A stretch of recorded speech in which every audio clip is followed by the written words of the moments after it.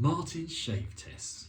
This time I want a knockout test on 3 5/8 razors. 2 Sheffield, 1 proper one. In other words, it's Swedish steel, and I'll show you it. It's a number 32. These are renowned as being good razors. So here we are, the CV Heljestrand Eskilstuna, Sweden. Now this one I restored, but it did have, as you can tell by the curvature towards the nose, it had in its past been badly honed. So it's a very fair test because the other two are both roughly the same period, but they're both English razors. They're both Sheffield steel. This one is again a horrible little 5/8.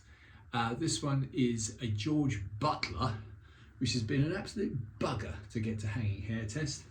And the other one really should have been much better. That one is a Mappin Webb. But again, lots of work done on them. They're only 5/8.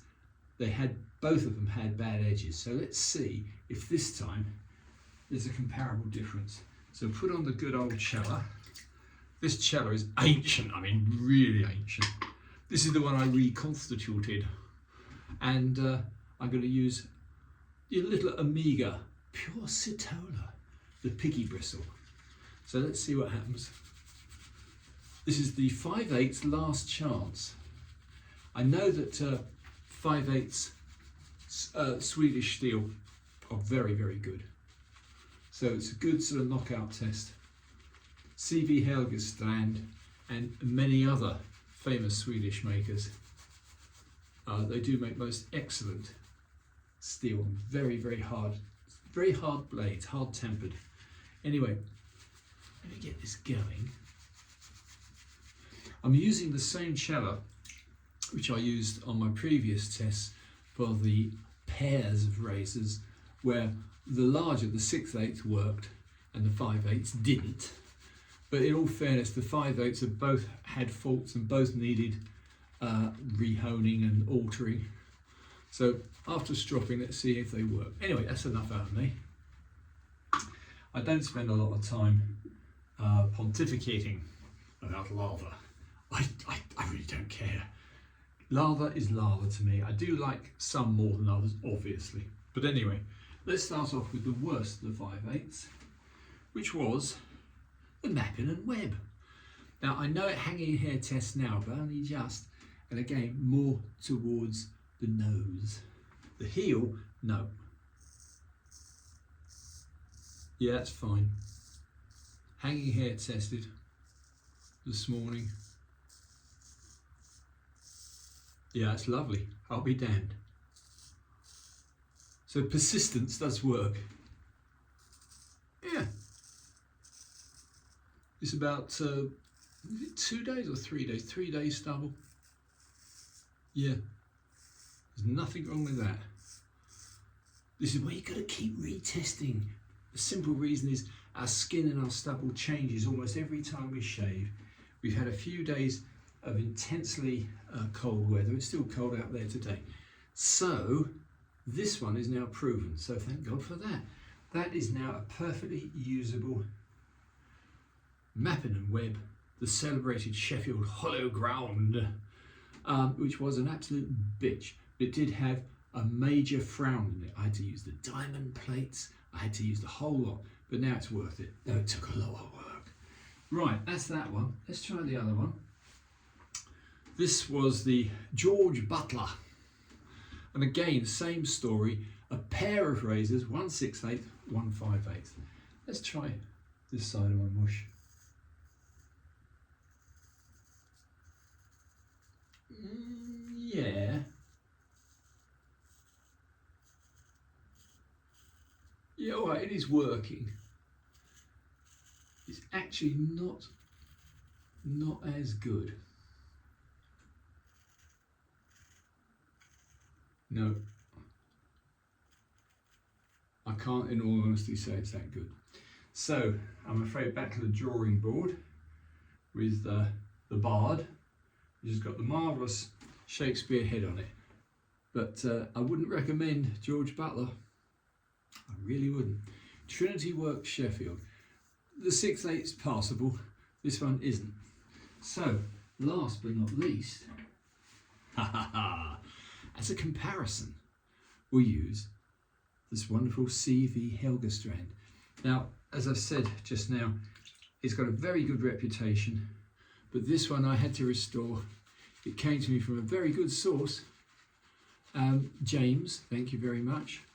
But, and here's the big but, you can see probably on the video, you can probably see that it is tapering towards the nose. It's been badly stropped in the past, well not stropped, it's been badly honed by past owners, and they all tend to exaggerate their stroke towards the nose. You find that with a lot of Japanese razors. Anyway, let's spit my teeth out. Let's see if this CV Heljestrand is any good. Yeah, it is noticeably better. In all fairness, it's what I expected. Yeah, that's a lovely razor. If in doubt, go for Swedish steel, not Sheffield.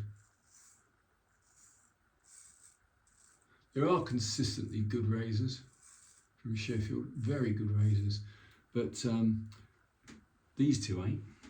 Anyway, I'm going to just try over the moustache area with this one more time. Yeah. In all fairness though, I would say only the Butler's let me down. The Butler has let me down. There's got to be a joke in there somewhere. No, I would say this is by far the best today, but only just. I would honestly say that the Mappin Webb is as good. In fact, I'll prove it. So let's try the Mappin Webb. Yep. Against the grain with the Mappin Webb, now against the grain with the CV Heljestrand. Very, very little in it. I'd probably give it to the CV Heljestrand. No, nothing in it. So, persistence does pay. So the Mappin Webb is now okay. And this CV Heljestrand is probably about the same amount of work on my part. Yeah, it's a nice razor though. The number 32 or the number 31 Heljestrand. Good reputation.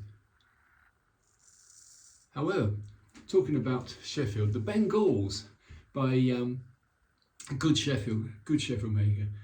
Bengal razors are pretty damn good. I've got about 5. And I haven't had one that's not given a good shave, but they're big razors. I haven't got a Bengal on me at the moment. Perhaps on the next shave video, I'll compare to a Bengal.